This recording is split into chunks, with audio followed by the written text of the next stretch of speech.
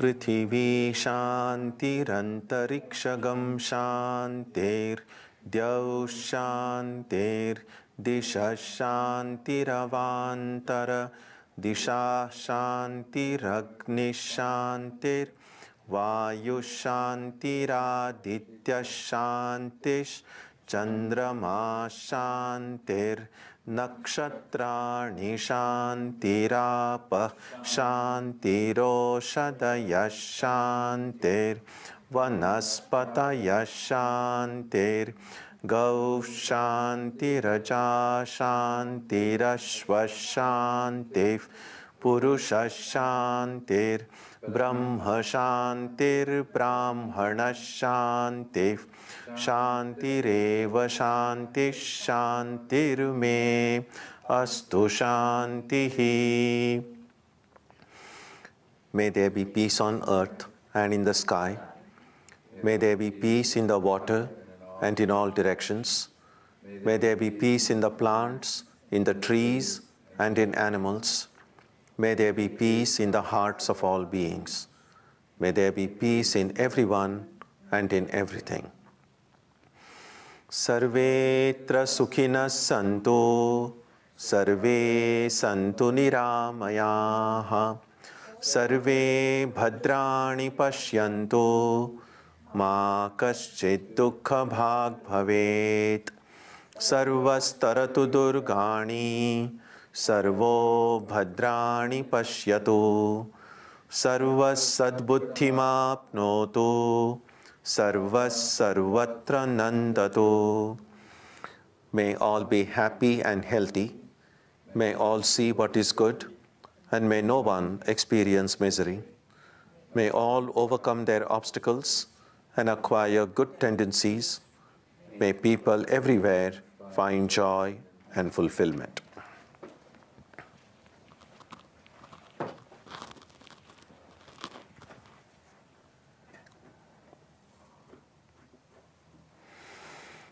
Let us now spend some time touching the center of peace and joy in our hearts.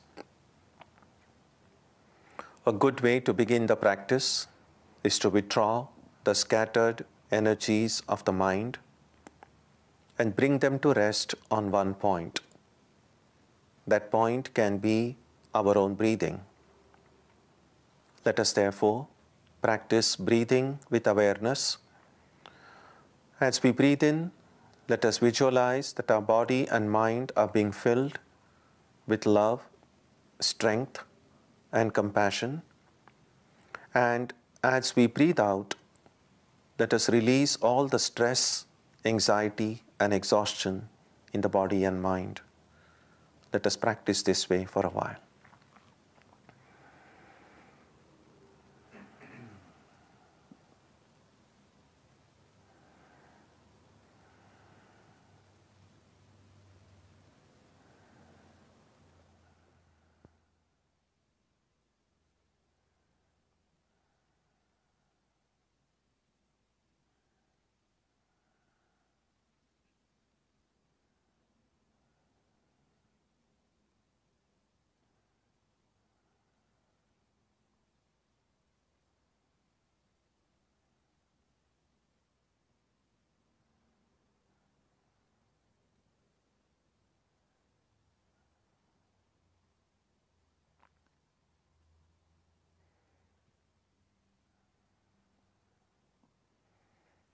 Let us now turn our attention to the region of our heart.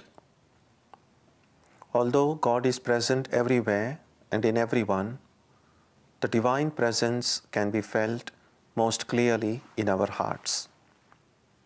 We can meditate in any way we have been taught. To remain focused, we can take the help of a short mental prayer or a mantra or a divine name.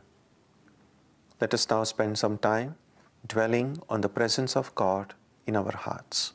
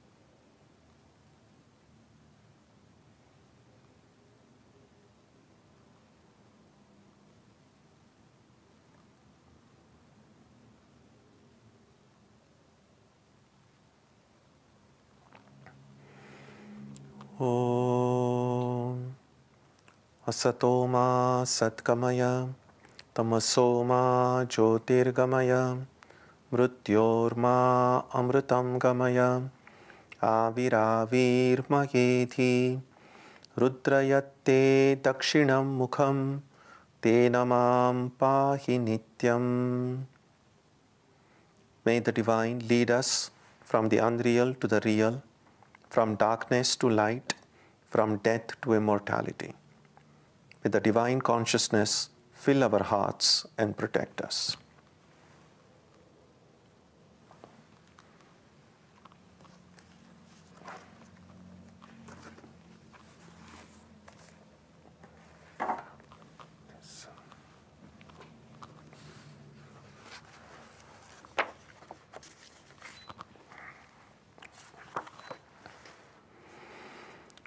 So we begin today on verse number 26. That's on page 281.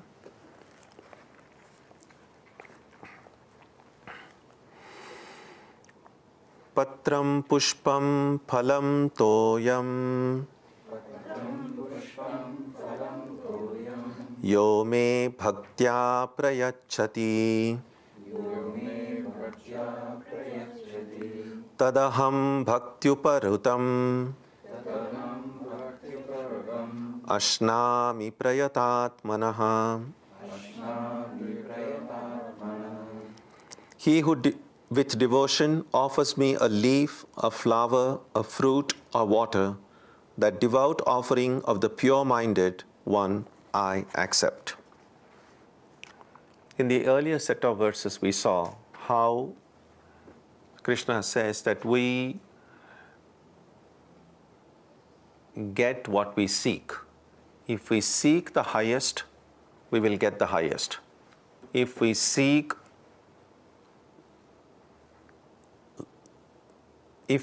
lower goals before us, then those are the goals we will attain. It's possible to seek anything really in life, and we know that one of the ways people are different depend on what they seek.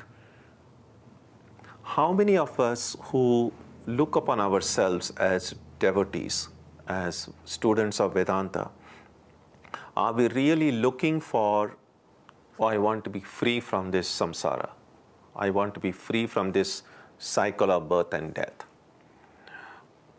How many of us see this as a way to just have a calm, peaceful life, free from any distraction? How many look upon this as a way to reduce stress and anxiety? And what Krishna has pointed out is that all of these things will occur. If all that we are seeing is just some calmness of mind and good sleep at night, you will get it. If all that you seek is, oh, I want to just go in heaven and live for a long time, you will get it. If those you seek that I want the highest, they will get it too. So we just get what we want. Just like we all find what we are looking for. And there is this story which I like very much. I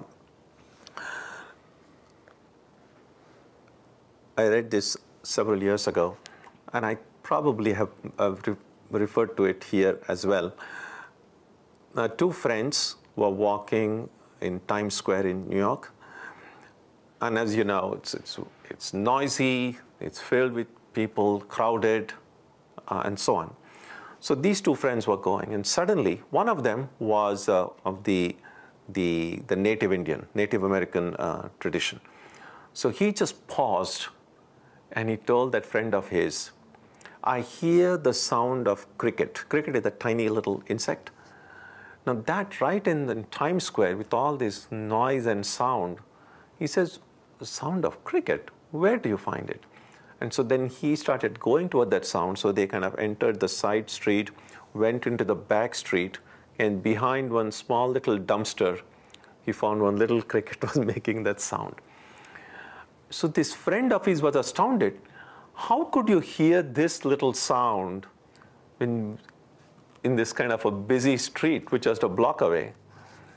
And so this friend didn't say anything. They came back to the main street on Times Square and started walking. Then this friend who had heard that sound, he took out a few quarters from his pocket and just let them slip down on the sidewalk. And as with that sound, immediately passers by, everyone was in a great hurry, but everyone just kind of looked. And then this friend told his friend, he said, we all find what we are looking for. So if you are tuned to these subtle sounds of nature, if that's what you're interested in, you will be able to hear those sounds no matter where they are.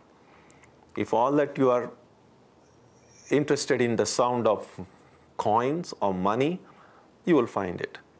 Now, it's not, a lot of these things are not very conscious. It's not like, oh, I just want to hear the sound of quarters falling. No one has a desire like that. But if that's where our mind is primarily focused, then we will be open to those experiences. If my mind is more tuned to, say, natural thing, nature, then there are so many things happening out in the nature. Even the cool breeze blowing, the leaves moving, the fragrance of flowers. But we know that when we are out on the street, if we are just busy thinking about something else, we are going to miss all this. In other words, we always find what we are looking for. It's like this, when you go to a party, and there are a bunch of people, your friends and known people, unknown people. Not everyone is looking at the same thing. Some people who are interested in clothes, who are conscious of their own clothes, will be looking what other people are wearing. Some may be interested in jewelry. They may be seeing what, and so on. So we look for the things that we are interested in, and that's what we find in life. Exactly in the same way, the goals that we set before us, the ideals that we have are different. And what Krishna is saying is, whatever ideal you have, you will get according to what you want. So that's one simple law of life. Whatever we desire, we will get. We may not get it according to our own calendar. If you want something and say, I want it by tomorrow, you may get it, but you may not get it also. So we cannot set the time. But if there is something you want badly, something you are just crazy after, some entity, it could be a person, place, object, food, whatever in life. If you really want it, it will come to you sooner or later, but you must have patience. There is one teaching that a great disciple of Ramakrishna gave, his name was Swami Tyagananda. He told once his disciples, he said, this is more or less exactly what I mentioned just now. If you want something in life, you will get it. But the second thing, if you don't want anything, you will get everything. That's difficult.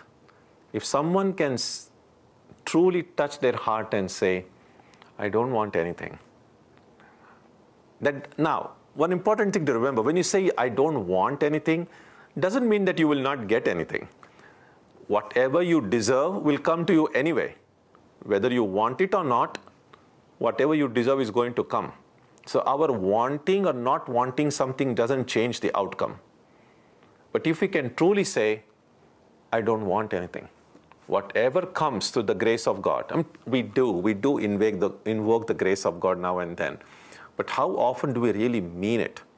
So if someone can truly touch their heart and say, I don't want anything in life, whatever comes to the grace of God, that's fine. I don't want anything. If someone can truly say it and mean every word of it, they will get everything. So that's where we come to this verse, that the earlier set of verses, Krishna said, all worship ultimately comes to me. But if people seek lower ideals, they will get lower rewards. If you seek the highest, you will get the highest. So then the question is Krishna saying that since I am the highest, that if you worship me, if you worship that supreme being, you will get everything? And now he shows how easy it is to get that Supreme Being in this verse that we just read. He who with devotion offers me a leaf, a flower, a fruit, or water, that devout offering of the pure-minded one I accept. There is a saying, Bhavagrahi Janardana. God looks at the heart of the devotee. Now, these are the things we offer in a worship. We offer them oftentimes here. A leaf, oftentimes in the worship of Shiva, is a particular kind of leaf of a bilva tree, bilva fruit. That leaf is offered for Shiva. For worshipper of Vishnu or incarnations of Vishnu, there is a tulsi leaf which is offered. A flower, of course, we use lots of flowers for worship, a fruit, water, all of these things are offered. Now, sometimes we may be tempted to believe that in order to make God more happy, I can offer more things. And we see that some people are able to do very elaborate worship, have huge offerings, say a huge basket of flowers, and then maybe that plate in which food is offered to God is made of gold. I mean, there is no limit to how much, to what you offer and how you offer it. Now, what Krishna is pointing out here is, it's not the quantity that is offered that makes the difference. It's not even the quality of the food that you offer. Although, if we love someone, we are going to offer the best quality. That's true, that's sure. But the most important thing is our heart. Am I offering something in anything that we offer? When you bring something to the Vedanta society, whether it's fruits, flowers, or it's not just in material thing, even the service that we give. Those of you who do karma yoga here at the center, that's also an offering. So just like fruits, flowers, the service that we offer, everything is an offering. Everything is an offering to the puja of the worship of the divine. And what the first thing God sees is what is the kind of heart we bring to that service. Bhavagrahi, bhava, the heart. If I do these things with true devotion, true love, then even if I have nothing, even if I just offer a simple leaf, a simple bilva leaf, or a simple tulsi leaf, or a simple one's flower, but just water, if I have nothing someday, but just water, but if I do it with full devotion, with complete love, Krishna says, that devout offering of the pure-minded one I accept. What is this pure-minded?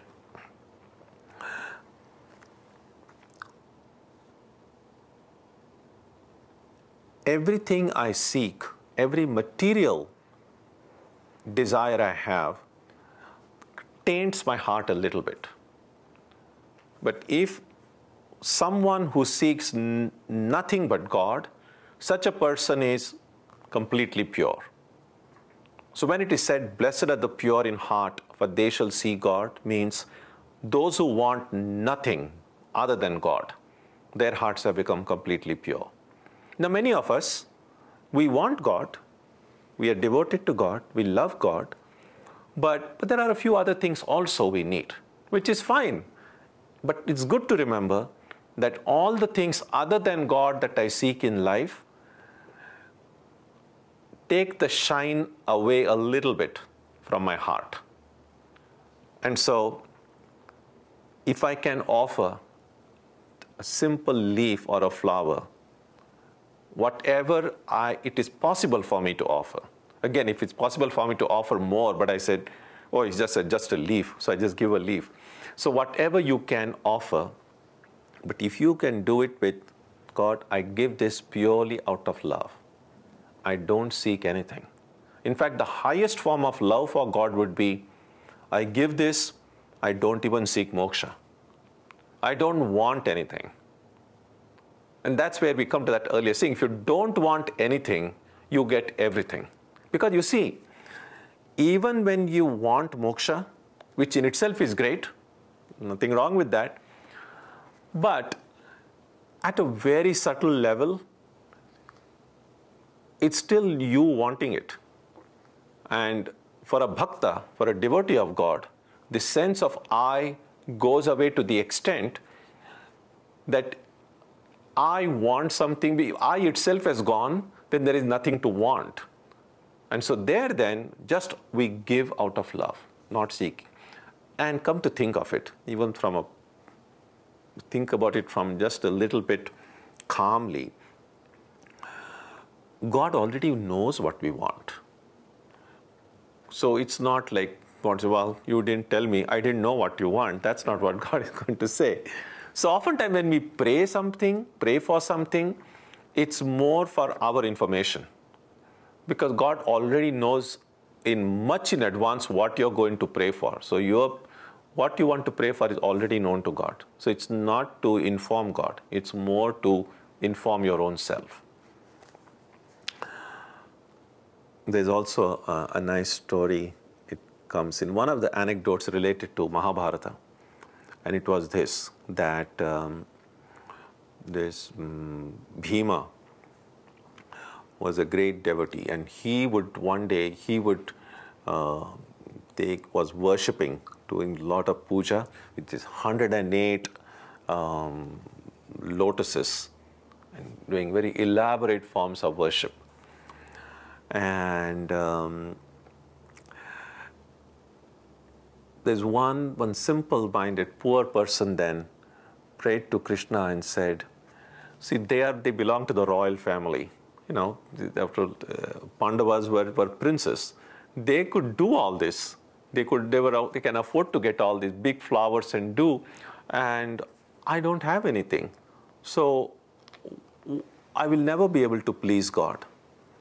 And then Krishna said, no, you don't, if you can't get the flowers in reality, nothing stops you from just sitting calmly, meditating on God in your heart, and do a mental worship.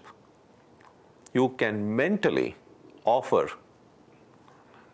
flowers to God, as many flowers as you want. And if you do that mental worship with full devotion, that worship is not any less than the external worship. And then the story goes, it's an anecdote, I'm not sure whether it's there in the original Mahabharata, that every time Bhima would do all this elaborate worship, he would have this vision of the divine accepting that worship. And then for a few days, he was doing more worship there was no vision at all. And then he was very upset. He said, what happened? Has God deserted me? And then he heard that somewhere else, some even greater worship is being done. And then he was like, I've not heard of some big worship going someplace else. Then someone said, no. He had a vision of God, and God said, much bigger worship is occurring someplace. And he told him where to go. And there then Bhima goes, and he finds a small little hut. And this poor man is just sitting there with closed eyes. And he said, like, what worship? This person, he just seems to be meditating. And he said, no, but mentally, he is offering many more flowers than you can ever get. Story. But that's important to remember, that mental worship is not of any less value than external worship. And so those of us who live in this area, we know that in winter especially, not easy to get flowers. Can't grow flowers. You can't do gardening unless you have an indoor garden. So what do? Those of us do worship regularly. Nothing stops us from just doing worship mentally. Even if you can't have 15 flowers, if somehow you manage to get even one flower, that's fine. But most important thing is do it with devotion. Whatever we offer, whether it's water, flower, food, fruits, whatever we can afford, whatever we can procure, but do it with a pure heart, with love and devotion. Give the best you can to the one you love. That is the ideal. And if that is done, then Krishna says, I accept it. I don't make any distinction between who has offered me more or who has offered me less. I just look at the heart of the devotee. Verse 27. Yat karoshi yadashnasi yad juhoshi dadasi yat yat tapasyasi kaunteya tat kurushva madarpanam. Whatever you do or eat or sacrifice or give, whatever austerity you perform, that, O son of Kunti, offer unto me. Whatever we do, very clear, with no technicality here. If we can offer, earlier words we spoke about offering in ritualistic worship, either externally or internally. And as I briefly referred to, it's not just about worship in the way we understand it. Every act can be turned into worship.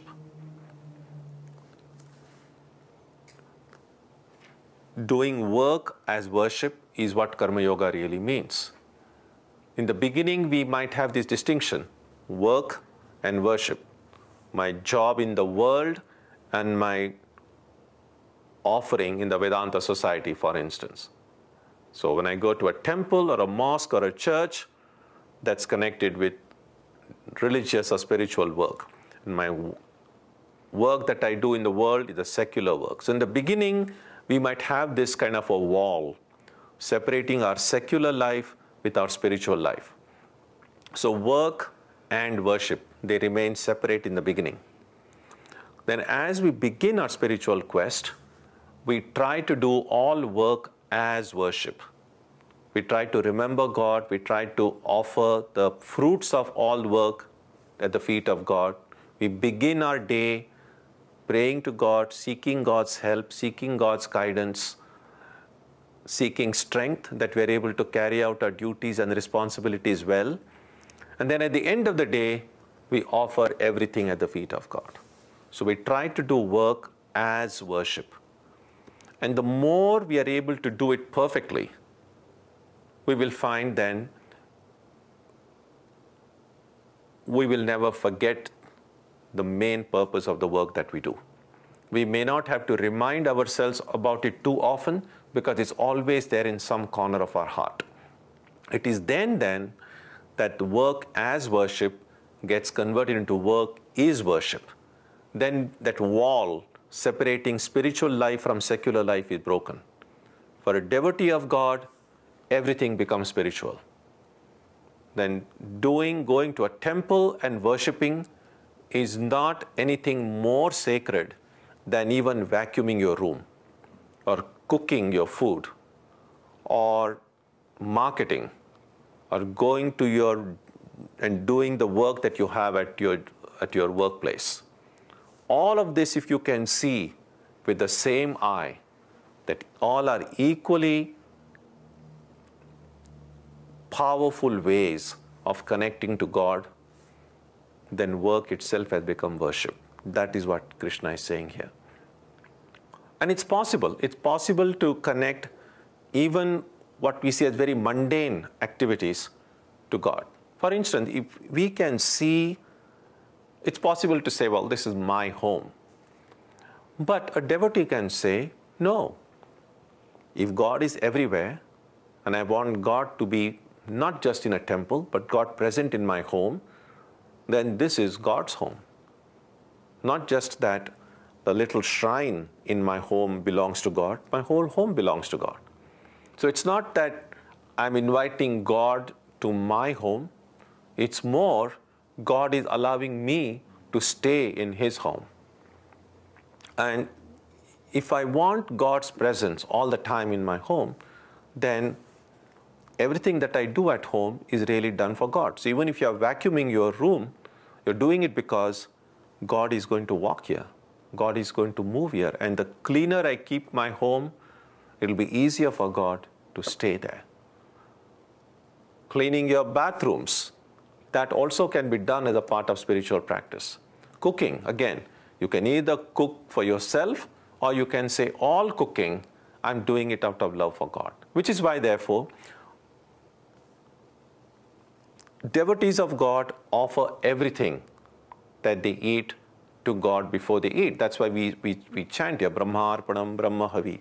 That's a way of remembering the divine, reminding ourselves that this food is primarily cooked for God. We offer it to God. After it is sanctified by divine touch, it becomes prasad, and we just eat prasad. So prasad is not something that you eat only after coming to the Vedanta center. You can be eating prasad every day at home also. So before you eat anything, mentally offer it, not just as a mechanical ritual. Truly, and it won't take even 2 seconds. Just mentally say, here, if you worship Ramakrishna or Holy Mother, here Sri Ramakrishna, I offer it to you. You don't even have to do this gesture that I did. No one, even the person sitting next to you, need not know. But you have already offered it. Even when you go to a restaurant, even that food can be offered. They say, and we might say, well, who knows who has cooked it? How can I offer it?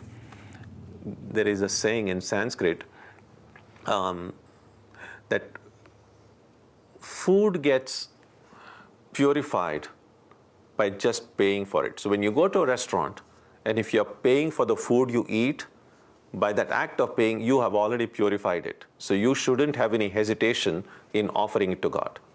So when it's brought to your table, just make a mental offering.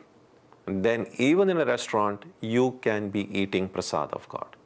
And it's the prasada that will purify our heart.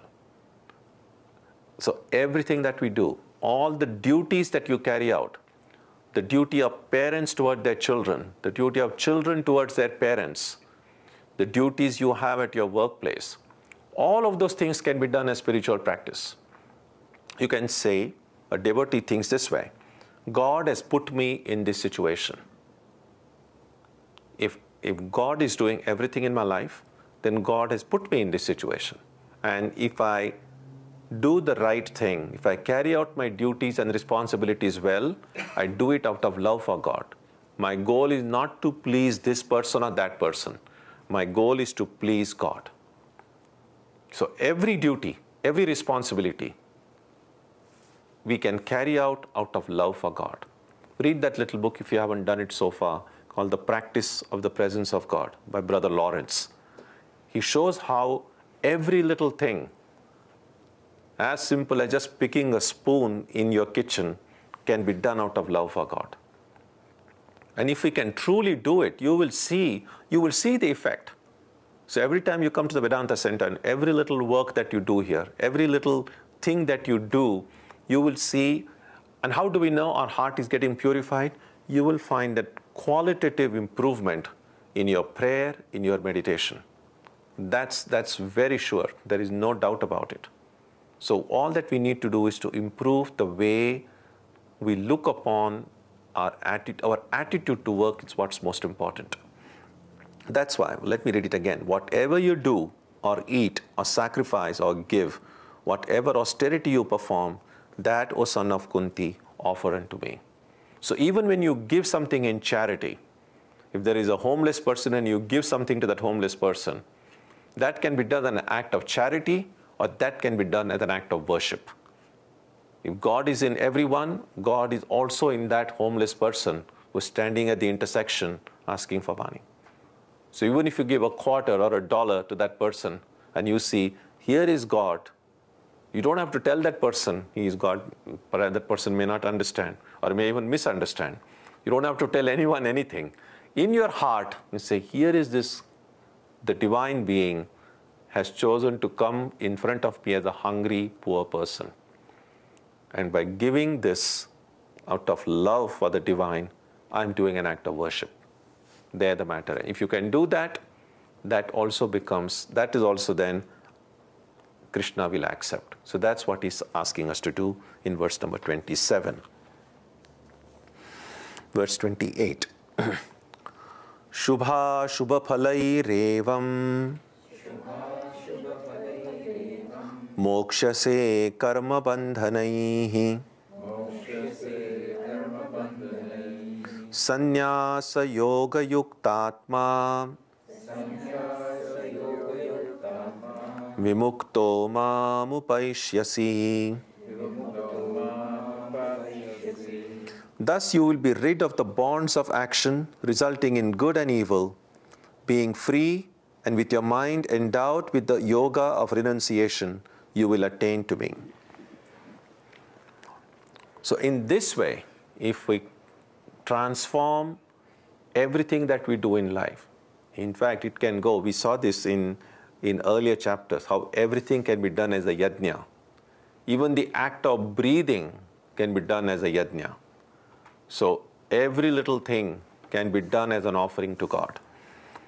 So if we do this, then we'll be rid of the bond, karma bandhana, the bond of karma. What's very interesting here is the bond of karma resulting in good and evil. That evil, ashubha, that's the word in Sanskrit, evil is a bondage we can understand. But how can shubha, good, how can good be also a bond of karma? And the goal is to go beyond both good and evil. We make the mistake of thinking that we want goodness is the goal and evil has to be removed, which is good, but which is only part of the story. If all that we seek is goodness,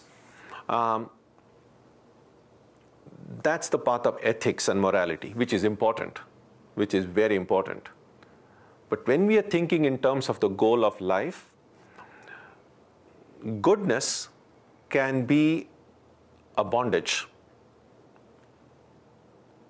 as evil, as much a bondage as evil. And the example that is sometimes given is, let's say someone is chained in a prison, a high security prison, chained with some rusted iron chains. And another person is chained with some gold, refined gold chain. Would that be any consolation to that person who is chained for life but in gold chain? Really, it wouldn't make any difference because both are chains. So just a gold chain or an iron chain won't make difference. The reality is both are in bondage. Exactly in the same way, good and bad, both are bondages. We have to go beyond both. But how do we go beyond both? We can eliminate evil from our heart by consciously eliminating evil thoughts, evil words, and evil actions. So harmful thoughts, harmful words, and harmful actions should be resolutely eliminated from our heart. So that's the way to eliminate evil. We might say, well, if the goal is to go beyond evil, why take the trouble to eliminate it? Just go beyond both of them. You can't do that. You can't go beyond evil. You have to eliminate it. Good, you don't have to eliminate good, but if goodness is all that remains, you will be able to transcend it. You can refuse the effects of goodness, you cannot refuse the effect of evil.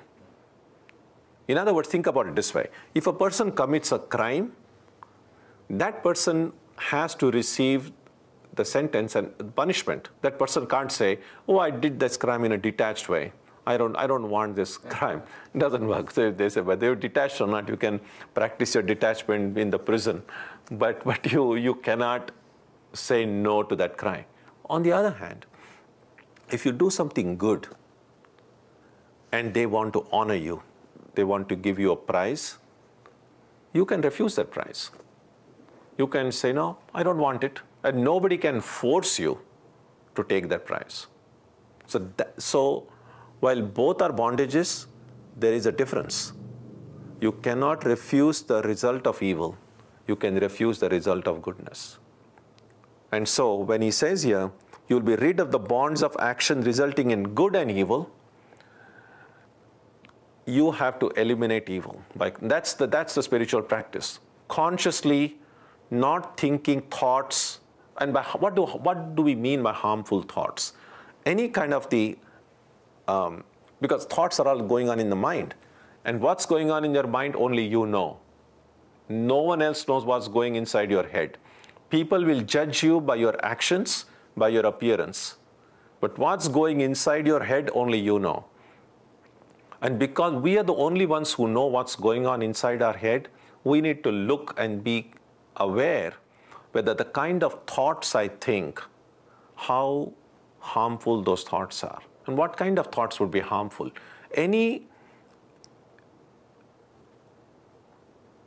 kind of jealousy in the mind, jealousy, envy, hatred, anger, even if we're not showing it outside, even if we are hiding it, even if no one knows how angry we are, or no one knows how jealous we are, or no one knows how envious we are, it's still there inside. We know it. Others may not know it.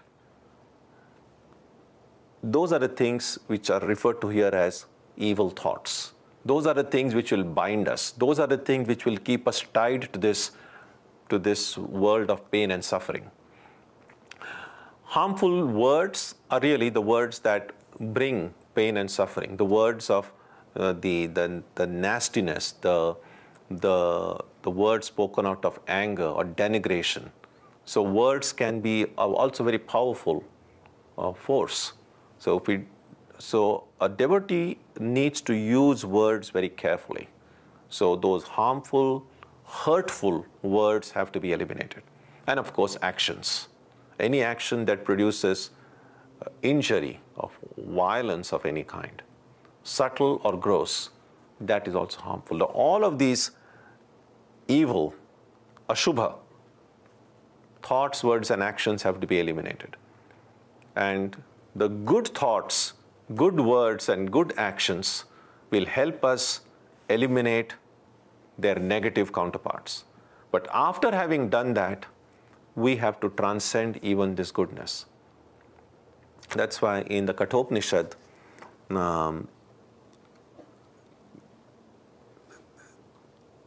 it is mentioned that truth, that goal, is beyond good and beyond evil. The Atman is dharma. Following dharma is great. We have to destroy or eliminate adharma.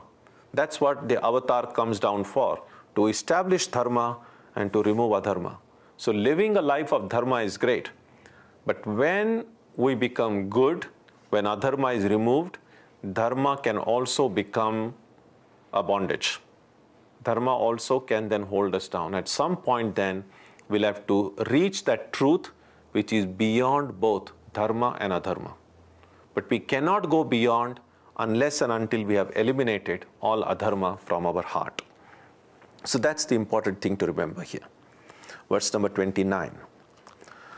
Samoham sarvabhuteshu name dveshyosti na priyaha ye bhajanti tumam bhaktya maite teshu chapyaham.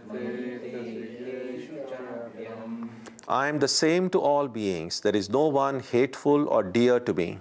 But they who worship me with devotion are in me, and I am also in them. So this is what we saw earlier today, that we all get what we seek. If we look for lower ideals, that's what we will get. If we seek God, we will get the highest. Now, just because we seek God and get the highest, does that mean God is partial to those who seek the highest and doesn't much care for those who seek the lower ideals? And Krishna says, no, I am the same to all beings. I make no distinction. God has no favorites. God doesn't, so the idea of a chosen people doesn't exist in the Gita way of thinking, because God is same to all. Everyone is chosen. There is no one hateful or dear to me. And that's great that God doesn't hate anyone. And when he says no one dear to me, what it means is everyone is dear to me. But if everyone's dear to me, then that being dear really doesn't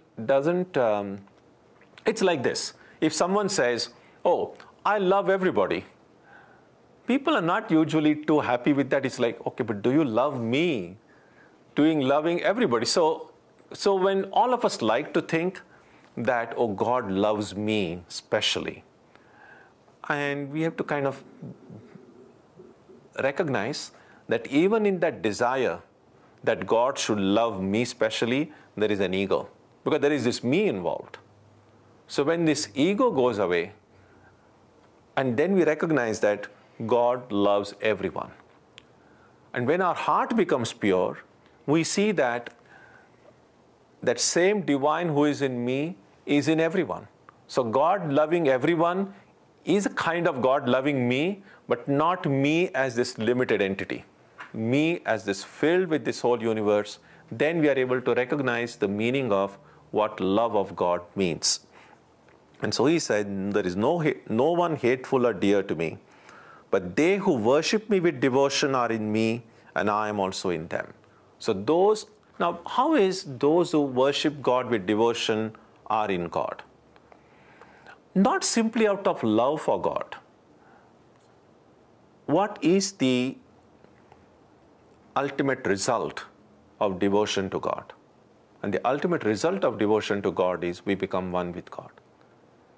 Love leads to unity. Love leads to complete identity. So that's this. When two people are in love, in the beginning, they may be separate individuals. Then when they come closer and closer, they begin to see that they are inseparable, that their lives are connected. They are part of each other's life. And then when they come still closer, they just become one. There is no idea that there are two. So as long as there is a transaction involved in any relationship, like I will love you as much as you love me. If you don't love me, I don't love you. So there is still a transaction. There are still these two beings are still separate. But that's when the love reaches its culmination, then there is no really I there at all. It's just you. It's just the other. So that is what happens here. When devotee loves God and that love reaches its culmination, the devotee doesn't think of me at all. There is just one presence in the heart, and that is the divine presence. And that is how they are in me and I am also in them, because God is present in everyone. So the distinction between God and devotee completely is eliminated when that love reaches its highest culmination. That's why the bhakti then becomes what is sometimes called para-bhakti, the highest love. In the beginning, our love may be bounded by specific rules, specific ways of doing it. We might have our own discipline to go through it. But when that love reaches its highest stage, then all those things break down. And there is no rules there. We see, in the beginning, when Ramakrishna did worship, he followed all the systems of worship. But when his love for the divine reached to such a highest state, that distinction went away. That, oh, the divine mother is there on the altar, I'm sitting here and I'm worshipping her. All this distinction goes away. And then you find that the worship he did was the highest. The divine mother herself would come personally and eat everything. But to an external world, sometimes you say, what kind of a worship it is? He didn't follow the book. He didn't go by the book. Not because he was a revolutionary, not because he didn't care for the book. He wanted to do everything. But he had reached that state when all this structure falls down. And that is the goal for a bhakta, that if my love for God consumes me so much that I want nothing other than God. And that's why they are in me and I am in them. So we'll stop here today, verse 29. Do you have any comments, questions, thoughts, ideas about what we have seen?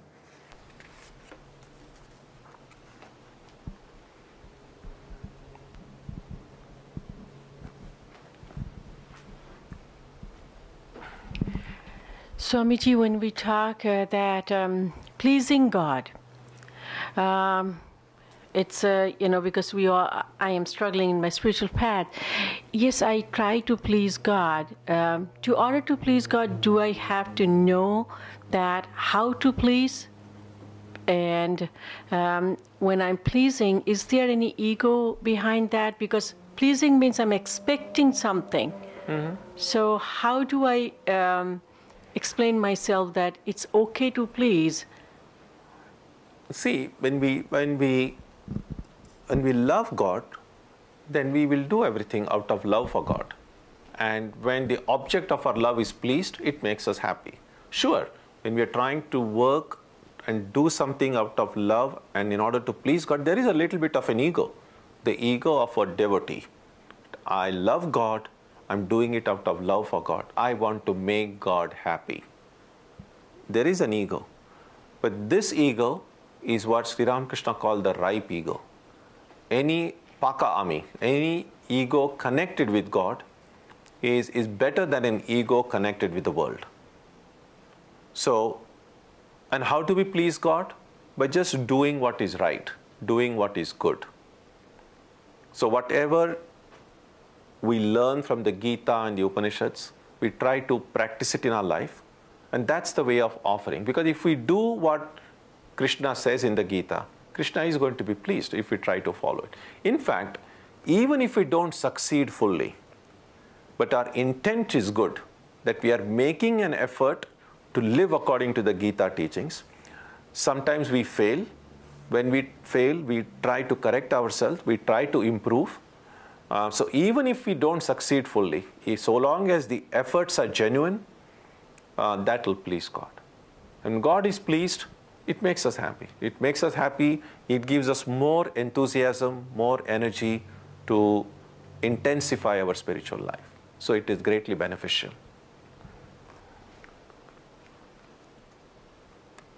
Anybody else? Okay, so we'll stop here today. When we meet next week, we will begin on verse number 30.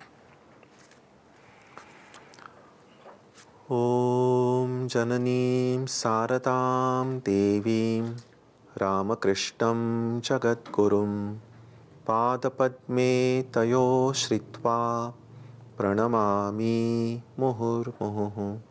We bow down to Sri Ramakrishna and Holy Mother.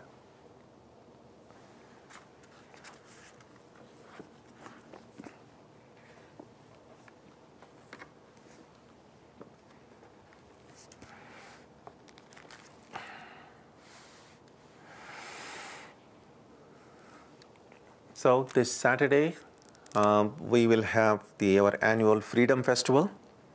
At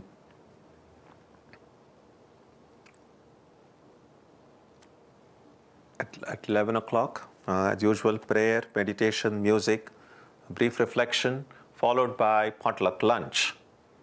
And so this will be, so we will not have the usual satsang on Sunday. So Sunday you're free. Sunday, bring your favorite dishes and to share with everyone. Saturday, sorry. Yes, Saturday. And so this Saturday we will not have evening Aarati and meditation. Next week we'll have the Tuesday and Saturday meditation as usual, and also the Gita class as usual on Wednesday. So I'll see you on July 4th. Let's conclude with a prayer on page 3 of your books.